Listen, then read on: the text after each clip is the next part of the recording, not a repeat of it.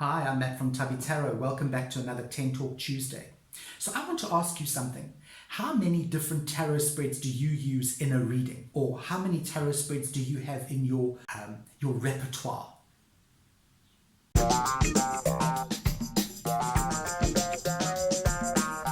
Hi, welcome back. Okay, so how many spreads do you use? Do you use very established spreads, such as the Celtic Cross and the 3-card spread, the usual past, present, future, or do you make up your own spreads as you go along?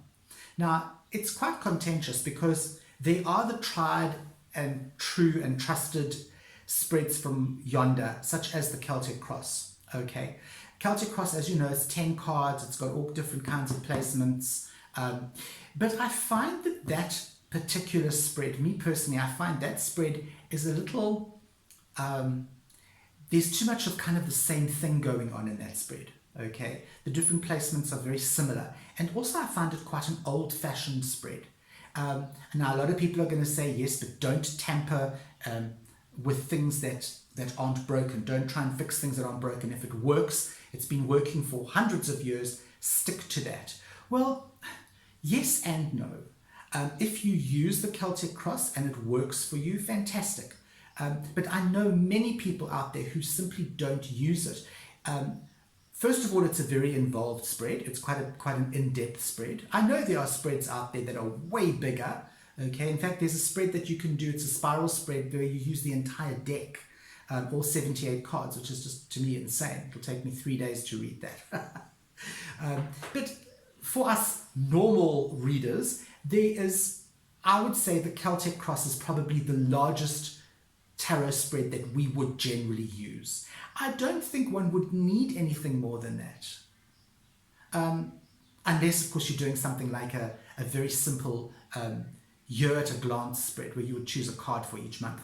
But I don't believe that if somebody comes to you with a question, I don't believe you need more than 10 cards to figure out the answers to the questions they ask. Okay. So, yes, there's the Celtic Cross. I personally don't ever use it. The other one that is very popular is the 3-card draw, which generally is used for past, present, and future. And I like a 3-card draw. I must say I use it very often because it is a very quick summary of where you are, where you were, and perhaps very generally where the sort of direction that you're heading as a questioner. Of course, the 3-card spread can be used in an infinite number of ways. You can do past, present, future. You can do yes, no, maybe. You can do what if questions. What if I choose card 1? What if I choose card B? Card 2? What if I choose card 3? The limitations on a 3-card spread there are no limitations. You can basically create anything with those 3 cards. And I like that. I like that universality or universal way of being able to adapt that reading for pretty much anything, you know. A lot of people say, yes, but with a 3-card reading, you don't actually get a lot of information. Now, I tend to disagree with that. I am of the opinion, and I'm not the only one, there are many people who do believe this, that with a 3-card reading, I can actually get a very in-depth look at what is happening in that situation, what is going to happen, and where the person has come from. No matter what question, it could be a question on career, it could be a question on love life, it could be a question on their pets, could be a question on, you know, what's happening with their parents. Any question can be the 3-card spread can be adapted for any question at all. And I feel that I like that. I like the fact that it's so malleable and so usable and so user-friendly for readers.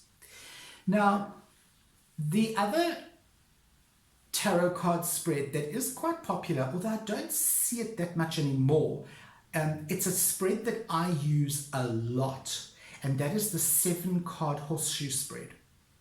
The 7-card Horseshoe spread, because there are different types, there are different ones, but the 7-card Horseshoe spread works really well for me. And it's a spread that I use for most of my questions. What I would do is I would start my reading with the 3-card spread. Past, present, future, boom, boom, boom, or whatever it is that is being asked. Let's us have a look at where you were, where you are, where you're going. Very brief, very quick, just to get a sense of the energies that are out there. Then I would progress directly into a 7-card spread from the 3-card spread. None of this 5-card spread business or 4 cards, whatever. I would go directly into my 7-card spread, especially if I have a client with me for half an hour. It's okay to do a Celtic Cross if you are spending an hour, maybe 90 minutes with a client. But a Celtic Cross spread having 10 cards and all the interplay between the cards, it's quite a complicated spread to read. And so I tend to stay away from that, especially if I have clients who only want to see me for half an hour, a quickie, my quickies, okay? So I do my 3-card spread, and then I go directly into the 7-card spread. And I like the 7-card spread because it gives me a lot of different ideas of what is influencing the situation. So it would be past, present, negative influences, positive influences, external influences, the bliss card, or the card that would be the advice that the tarot is giving, and then the outcome card.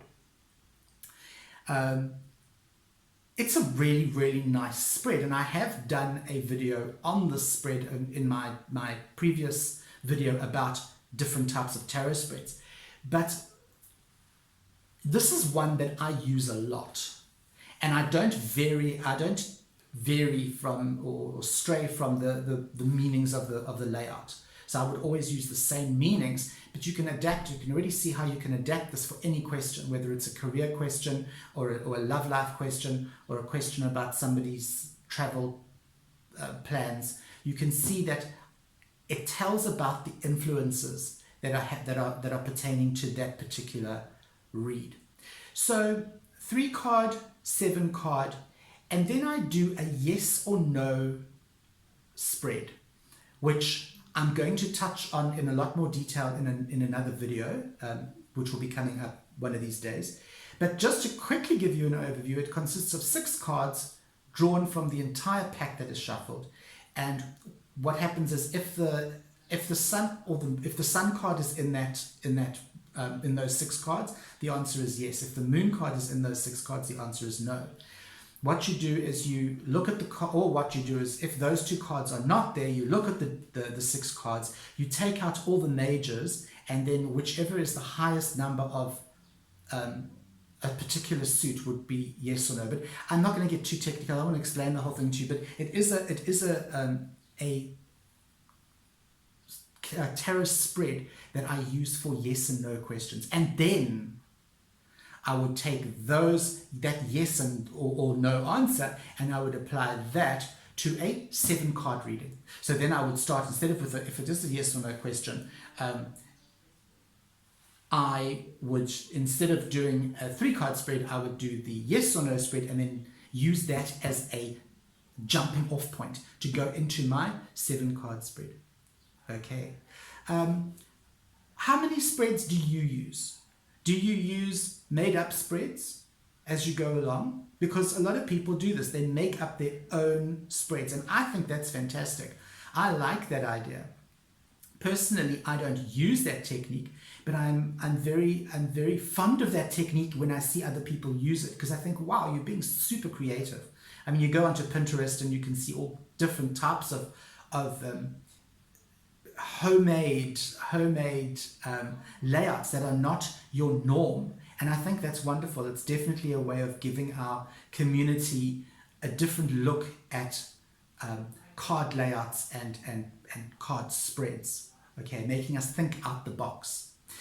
Leave comments below, please. I'd really like to know your thoughts on this, and share with us your different type of spreads. Share these with us. I know that everybody's going to be able to learn something from what you have to say. And I love learning about new things as well. I'm always learning. Every day of my life, I try to learn something. And this would be a great opportunity for you as my followers to show me something. Give something back to me, as it were. Thank you for watching. I'm Matt from Tubby Tarot, and I will see you on the flip side.